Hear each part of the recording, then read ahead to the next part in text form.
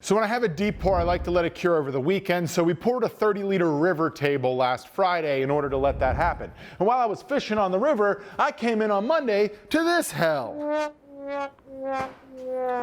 And after realizing this huge mistake, I figured, what a better time to do my 10 beginner mistakes video when you're working with epoxy.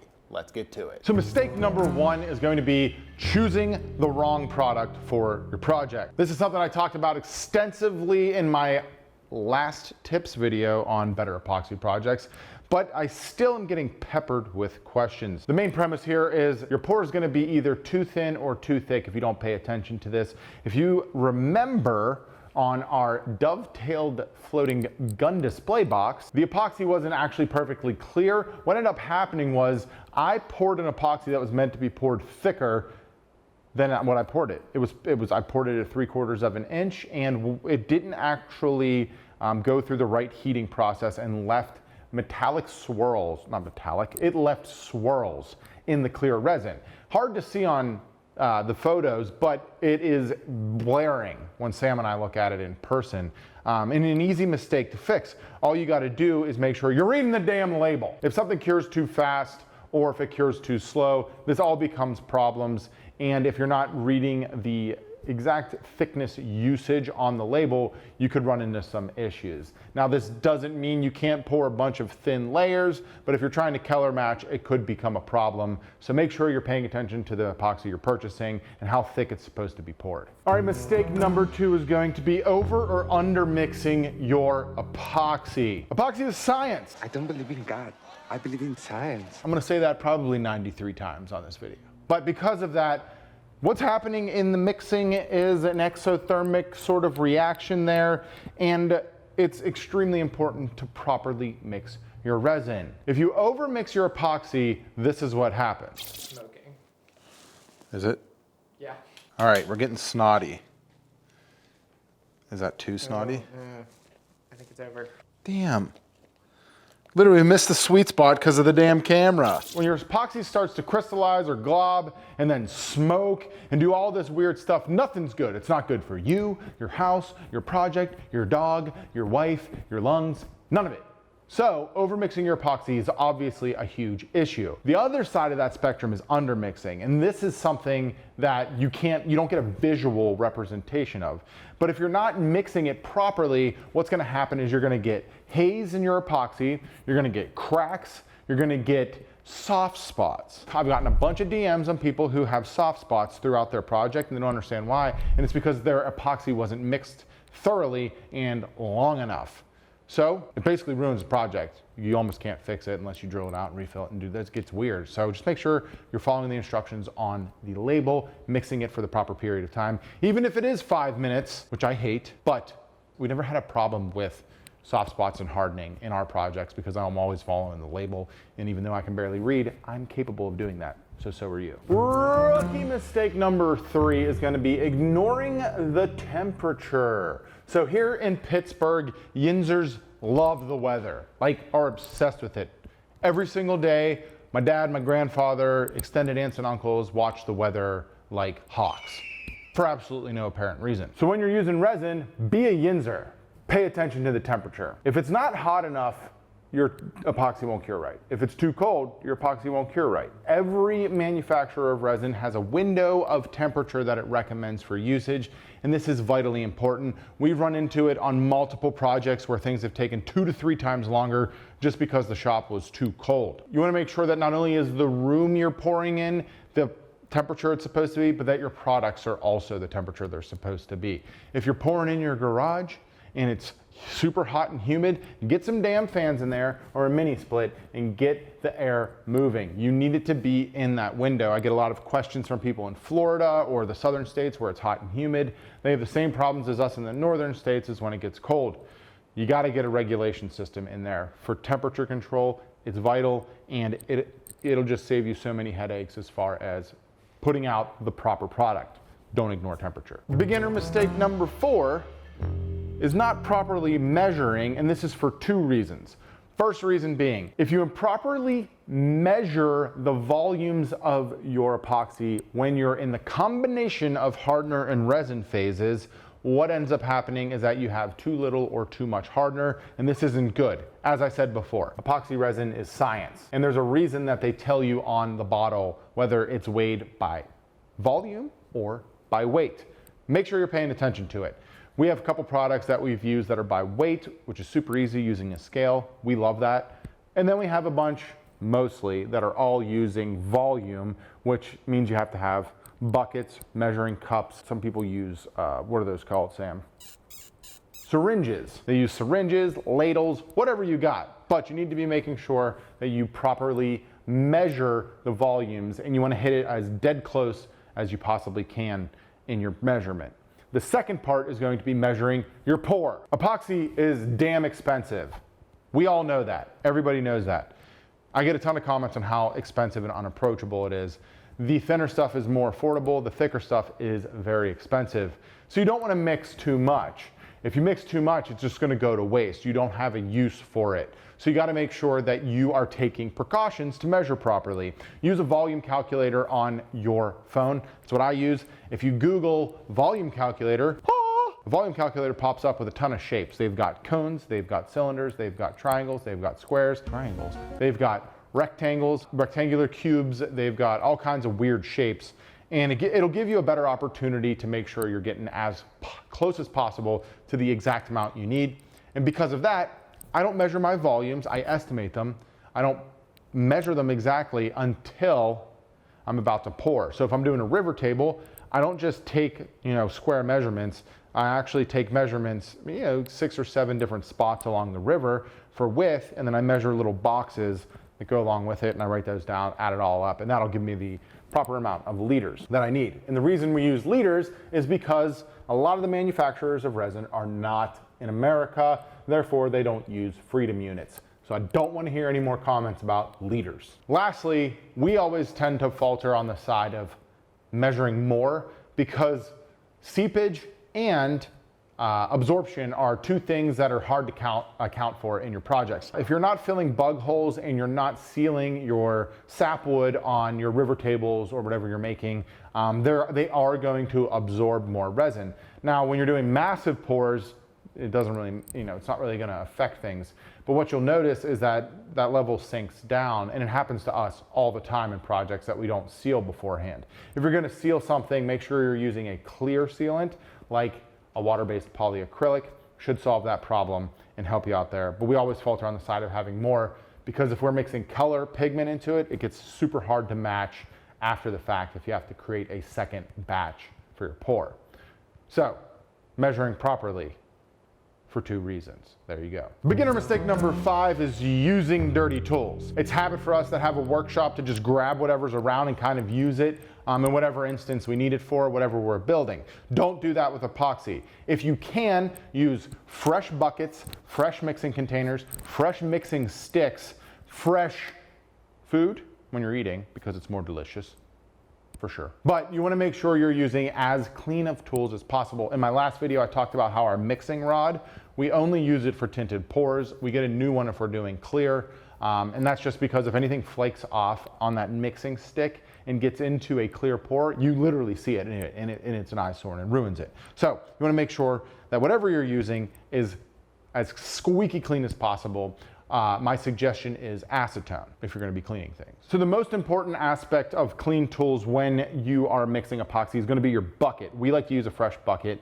And if we don't have a fresh bucket, we make sure we're cleaning that thing out with acetone as to the absolute maximum that we possibly can. Once you get something in there, it's unavoidable to get it out, like you're screwed. So you don't want to leave any residual inside of your buckets.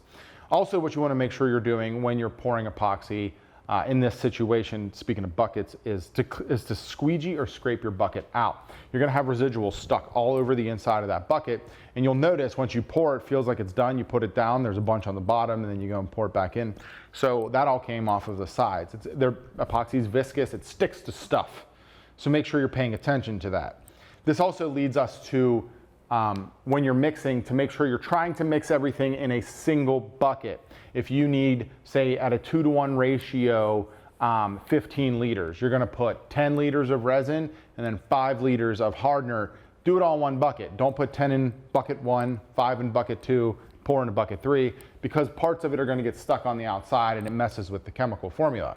You'd be better off mixing 15 in one bucket, pouring up to those lines as you go. So make sure you're using clean buckets, and then you don't want to be using a ton of them. Just use one if you can. So beginner mistake number 6 is mixing brands. You can't do it. But before we get into brands, I want to talk about the brand that's sponsoring this build, Woodcraft. Woodcraft has been sponsoring us for years now. We absolutely love them. If you're looking for epoxy products, they have them at their stores. You can show up, pick them up. We've bought EPOXY there. We've bought a couple other brands. 3 Systems, another great brand of epoxy there. They have finishes. They have the deep pour stuff too. So check them out. I've got them linked down in the description. Thank you, Woodcraft, for sponsoring this build. Now let's get into why you can't mix brands. I'm sorry, people, but brand-specific formulas for their resin are exactly that. They are specific to the formula. You can't even mix within brands, different types of resin. This is science, as I've said. So you don't want to fall into where problems are going to happen based on your mixing ratios or the chemical whatever's going on in one thing or another. So don't mix brands, even within a brand. For instance, we use EPOXY's Flowcast and liquid plastic. We don't mix those together. Like, you wouldn't use the hardeners aren't interchangeable, neither are the resins, as well as using the buckets. Like, say you need to make 2 pours and you're out of one, you need another. You can't pour it in the same bucket in order to do so because there's going to be residue on that bucket, and it could mess with the formula of it and whatnot. After it hardens, it doesn't matter, but in that liquid state, don't mix brands. Rookie mistake number 7 is thinking you can use water. Now listen, people. Using water to clean things is a common practice in our lives because we're humans for the most part. But it's not good when you're working with resin.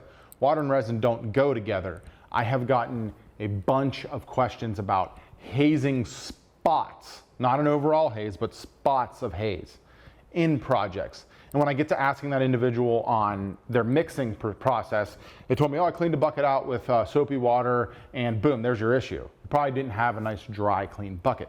So don't get water anywhere near your projects, whether you're cleaning your mold, whether you're cleaning your bucket, whether you're cleaning your tools, whether you're just washing your hands because you had a delicious bacon snack.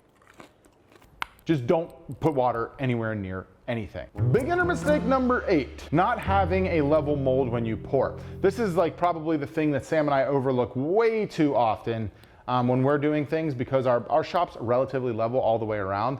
But if you end up pouring something that is, say, 8 feet long, that is a 1/4 inch out of level at one side, you're gonna be drastically out of level across the other, and there is nothing worse than pouring from one end, trying to get a nice, beautiful, buttery, 120 frames per second B-roll shot, and then watching it just shoot out the end on the other side. On our river table for Westminster College, we made sure that thing was level a dozen times in every single direction possible before we poured because we didn't want to run into that issue. And that's something that gets overlooked by a ton of rookies. You'll see resin and stuff pouring over the sides of your molds. Just make sure everything's level. Level that sucker out, take an extra couple minutes before you pour, and trust me, you'll be glad you did. Rookie mistake number 9 is the reason we're filming this video right now, at this exact moment.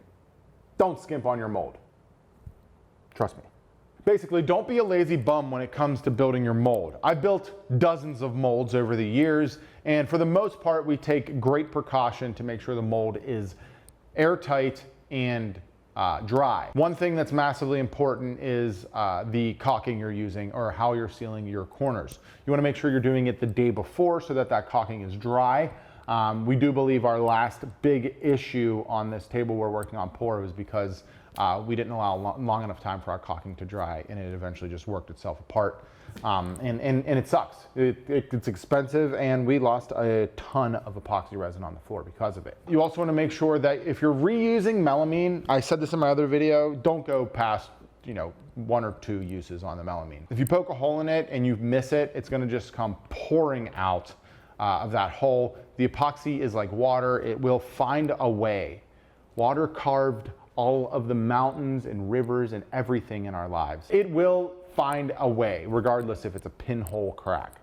Epoxy does the same thing and it can ruin a project. So don't skimp on your molds. We've used Tyvek tape in the past, which is our preferred method. We've also used packing tape. Packing tape isn't as sticky as the Tyvek tape, and we've run into issues on that. So therefore we've set a rule that we'll never use it again, because I don't want to ever deal with a pour getting all over my shop and ruining a week's worth of work again, as well as the $1,000 in epoxy I just spent. Everything is going perfectly to plan. I promise. Do not worry about what this looks way worse than it is. So when it comes to making your mold, don't skimp.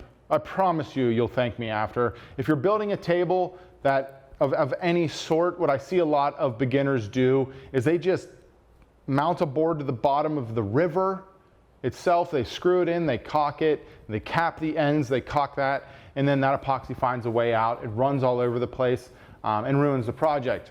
It'd be much easier to just build a form to the sides of the table you're looking for, slightly oversized, cap all of the ends, deal with those four corners, and then an entire squiggly river seam full of caulking, and then have some resin on the bottom of your mold instead of all over your floor and not be usable. At least you can potentially save that project. Trust me here, don't skimp on your molds. It'll come back to bite you. I still run into this issue because I'm a cheap bastard. And it's, Sam, we're gonna have to add a note next to the temperature to not be cheap on molds ever again. Sad day. Rookie mistake number 10 is improper storage of your goods. Remember, there's a shelf time on epoxy. You can't just put it there and in 2 years come back and use it. All of this stuff is clearly laid out on the label. It is like most finishes as well. If you check your finishes, they have a pot life, especially if they're catalyzed finishes, but most of them are recommended to be used in a time window. Be conscious of that. What'll happen is the hardener could potentially start to become like pooey, and then you mix it with a newer resin because you ran out of one and you had the other. I was using some old stuff a little bit ago and it looked, it's typically crystal clear. I looked at the pot life after I poured it and it was very yellow and gross and disgusting and smelled. So we threw that out the proper way, but don't overlook the way you're storing your resins. You want to also make sure they're in airtight containers. All the lids are on, because some of them have some VOCs you don't want to get in your shop. So that's going to be a wrap on this one. I appreciate you guys tuning into this video. If you want to see all of my epoxy tips on how to get started, I got that video queued up for you right here, and I will see you over there.